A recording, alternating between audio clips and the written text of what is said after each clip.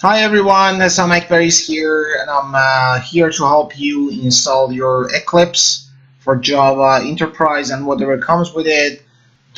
First thing you need is to search for Eclipse, the latest version. Doesn't matter what you actually want, there's a previous version and such, so just simply go and search Eclipse Java EE. Alright, and it gets you to the original website for Eclipse. We want the Eclipse IDE for Java EE developers, so we want to get there.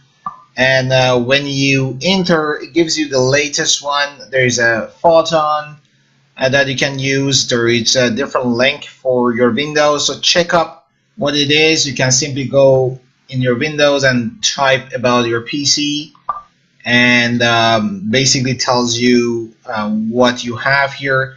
I have a system type 64 bits operating system, so that is what I need. I'm gonna click on it. If you want different version, you can install so, but it's always good to go with the latest version. So you click on this and it gets here and you press download, and it's gonna start downloading. As for donation, you don't need to pay anything. You're a student, so don't worry about that. Just wait for it to download. It's downloading right now, so I'll wait. Alright, so the download is over. I'm gonna go find it. It's right here. So what I'm gonna do, crap.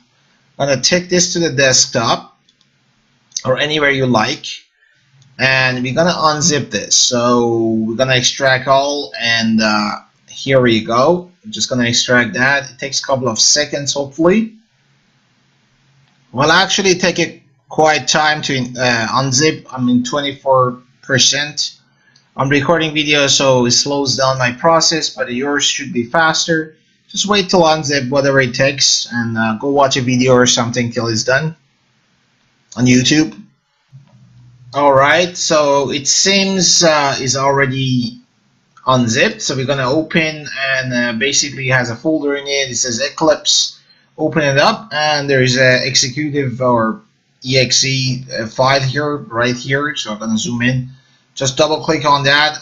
Classic next kind of things for your wizard. You're gonna do that. So the first thing you're gonna see here is ask you for your workspace. By default, this doesn't matter throughout your projects. You're gonna create more than one for sure. Let it be. So you're gonna go say OK, and the problem is I already have one on my system, so I can't really install it. Whatever you do, just go next, and I'm gonna cancel that, and you're gonna finish it up.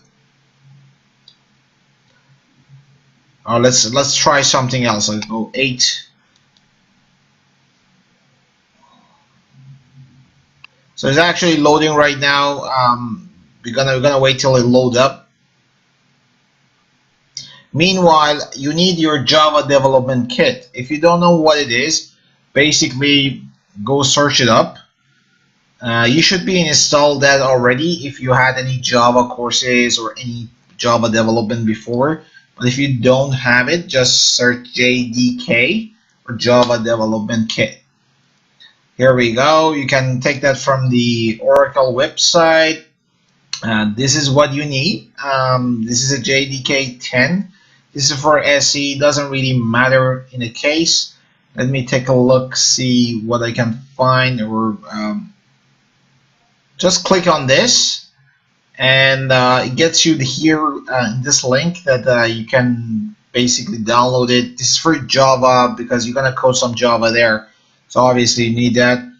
You accept term and condition, and if you have Linux, Windows, whatever you have, you're just gonna install it and just go. If you that, and then just go to this and download the Windows. If you have a Windows, you have a Mac, you can try one of those. I don't think anybody used Linux in this level, but if you do so, you can download this. Download that right here. You accept the license. You're gonna do that. Click here, and what is gonna happen is just gonna basically download. So we'll wait till download. Meanwhile, the JDK your Eclipse is ready to go. There is a bunch of tutorial you can take, but what's the point of watching this video if you want to read all those tutorials? Just gonna wait first for JDK to be downloaded and ready to go. It says 8 seconds, so we can kind of kill 8 seconds here on this video. Oh no, 3 minutes, so we'll wait. Okay, meanwhile I'm downloading JDK, I'm gonna talk about your server. This is a server-based web application, and we need a server to test our basically project and such on it. It has a couple of options. Obviously, there's a Glassfish, which will part of the Oracle family. There is a TomCat. TomCat is light and it's free. I'll use TomCat 7 all the time. It's up to you. You can go Apache TomCat 7. Let's click on that. And here is the TomCat. We need this as a server to run our application on it. There's a bunch of them. You should basically download your zip core or zip file to basically introduce it to your compiler. We're gonna do that. There's different formats. There is a 64, 32, all that. Don't worry about the installer. If you have an installer, that would be nice. If you use it on the laptop, or you can download it as a package. I'm gonna download the 64 for my basically Windows. You can find what kind of Windows you use. That search about your PC, and it tells you right here that your Windows is 64 bits or whatever you have. Some of you still using 32 or about more than 64. This is just whatever it is. You take it. I'll go 64 for Windows, and I'll also download that as well. So I download Eclipse. I'm installing it, unzipping it. Actually unzipped it. So get into that. When I unzipped, I double click on the exe file. Next, installing it. That's all is already done, ready to go. Is the first page of it, obviously. So we need JDK. If you don't have it already, if you had any Java installed before, or you code Java, you don't really need to do that. It should be in your basically computer. If you go to my computer and you go to your C, you should be able to find it in your program file, Java. Here we go. So this is the JDK 1.8. That should be already installed in your C. And this is the JRE, which is we might even use it for this course. Depends, or whatever we do with this videos. Here we go. So this is what we want. This has to be installed. We need this bin for Java EE development, so we should be able to install it already. If you didn't, you just download it, and there's an exe file. Just go like basically next, classic, and get it installed, get it ready to go. And your server also has to be downloaded. I'm assuming you guys can handle the JDK. If you have any problem installing JDK, leave it on the comment below and I'll get to it. I strongly suggest to add a basically shortcut. Some developers are going to use it a lot. The Eclipse, you can add a shortcut to your desktop if you like, as I do, and you can always double click on that to basically pop your Eclipse. Look, let me just exit that, and this is the one I'm using. You can use any. Let's go with some sort of test workplace or workspace for what is it? Install. So we're just gonna test that for some random workspace right there. As you can see, I had many, so just gonna pop the new fresh looking workspace for you guys so that I can show you a couple of stuff before we get this going. So wait till the load says. First time it takes a little bit more time than usual, but after that it will be faster as such. Here we go. So this is a first page. You should see there's a welcome page. We can create anything we want. So most of the thing we're gonna do, we're just gonna create a new Java EE web project. That's a classic way of going. So I always click on that to go. basically, let's have a project name. Let's call it test or hello world. Maybe we should do that. I don't know. Let's go hello world classic. Oh, I just punched hello. Yeah, that's not good. Let me start over. All right, by accident, I pressed enter, so I just created a random project here. I'm just gonna delete that and show you that you don't need that welcome page to actually create a new project. So I'm gonna delete it fully. And what I'm gonna do is just simply gonna go file new, and what I need to do is going with the dynamic web project. That's what I need to do. Let's name it hello world or something like that. And here's the interesting part. This is the basically looking for your server. So we don't have anything, and we're just gonna add it. Can add it here. If you add it, it will show up here, but we don't have anything yet.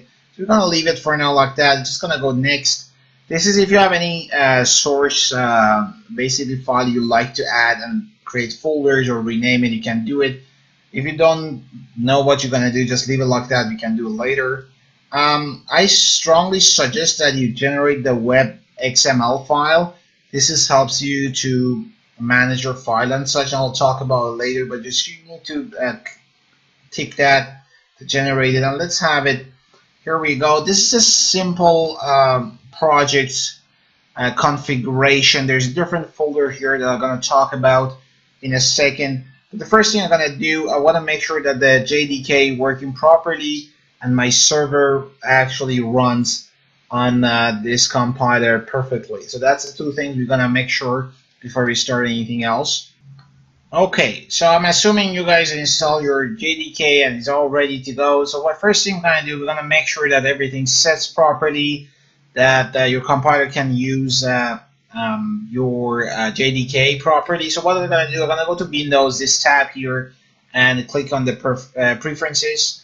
And here on the left, it's already open.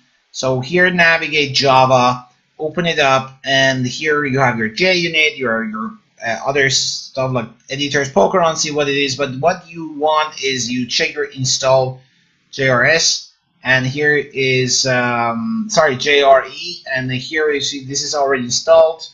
And what I'm gonna do, I'm gonna add the standard basically virtual machine. I'm gonna go next. And here you navigate to your basically JDK folder. So you're gonna go now. Let's say you go to your C.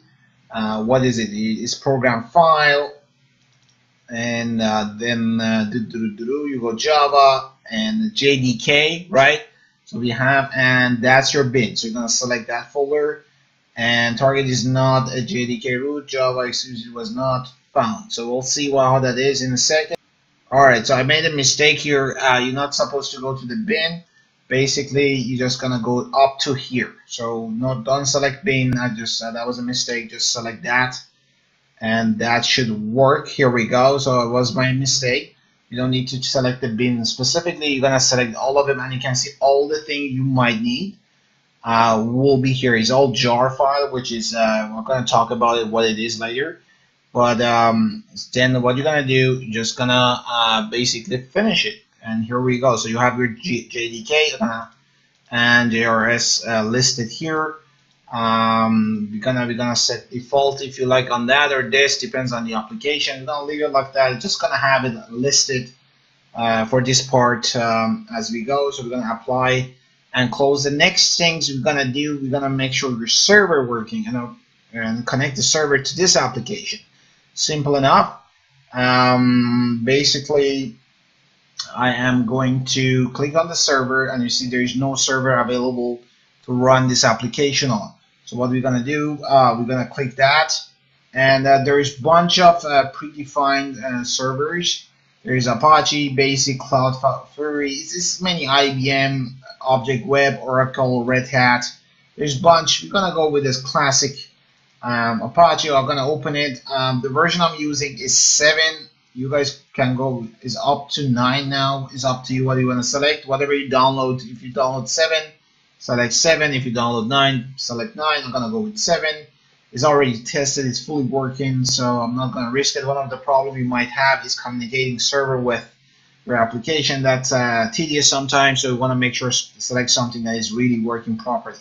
So we're going to go next, and it asks me where to find this. So before we browse that, we're going to make sure we install it properly. So right away, I'll go to my basically I'm gonna show folder. I'm gonna take this somewhere that I already know. I'm not gonna do that. You guys do it. We're gonna leave it on the desktop for now because this is a demonstration, obviously. So I'm gonna move it here, and what I'm gonna do, I'm gonna unzip it, obviously, as usual. So we're gonna extract it all, same thing. Boom. Just wait for the extraction. So here's your folder.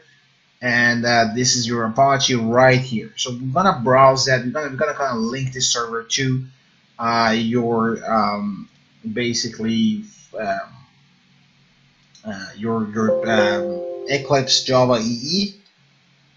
Note, I save it on the desktop. You can't really delete it. Like, save it somewhere that you save it in a document or some location that is always being there, sitting there for you to use. So we're gonna browse that, and what I'm gonna do, because for convenient, I'd save it on desktop. Whatever you saved it, just browse it there. And what it is basically, here we go. That's for TomCat.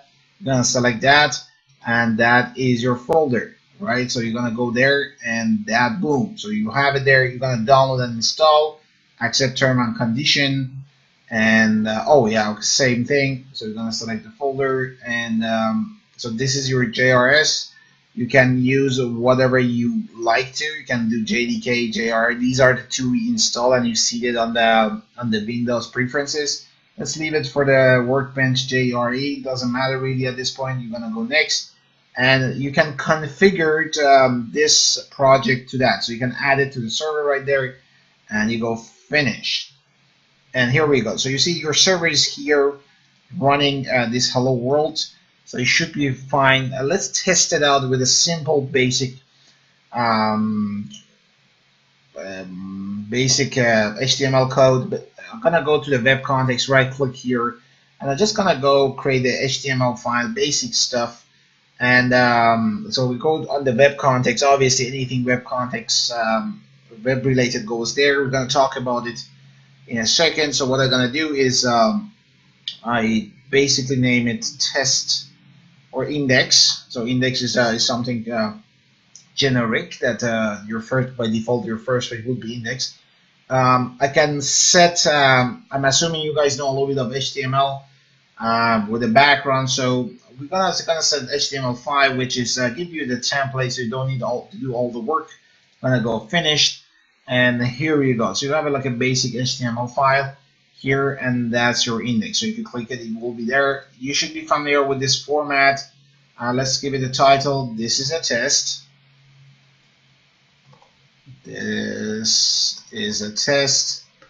And in the body, I'm just gonna tag the h1 classic and say, okay, this shows that my server and Eclipse works properly.